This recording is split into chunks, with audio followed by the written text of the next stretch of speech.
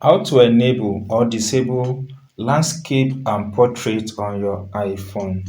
It means if you turn your phone like this, then what you see will adjust to itself like this. If this is what you want, then it's good. And if you want whatever you are doing to be on portrait like this on your iPhone, this is very simple. To do so, guys, you have to come down from here, wipe down from the control center. You see this lock button, tap on it.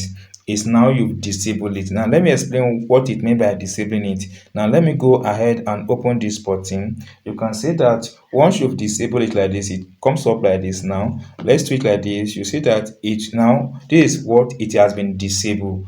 It means you've unlocked it now on the landscape mode. But if you want to lock it now to be on the portrait mode, that is, when you open your device, it comes up like this. All you have to do, guys, you wipe down again, tap on this button to lock it. You can see that it's locked and the color has been changed. Now, even if you turn your phone like this now, it's not enabled. So this is the simple process, guys, on how to enable and disable portrait and landscape on your iPhone. If you enjoyed this tip, my friends, subscribe. Please subscribe for more updates like this.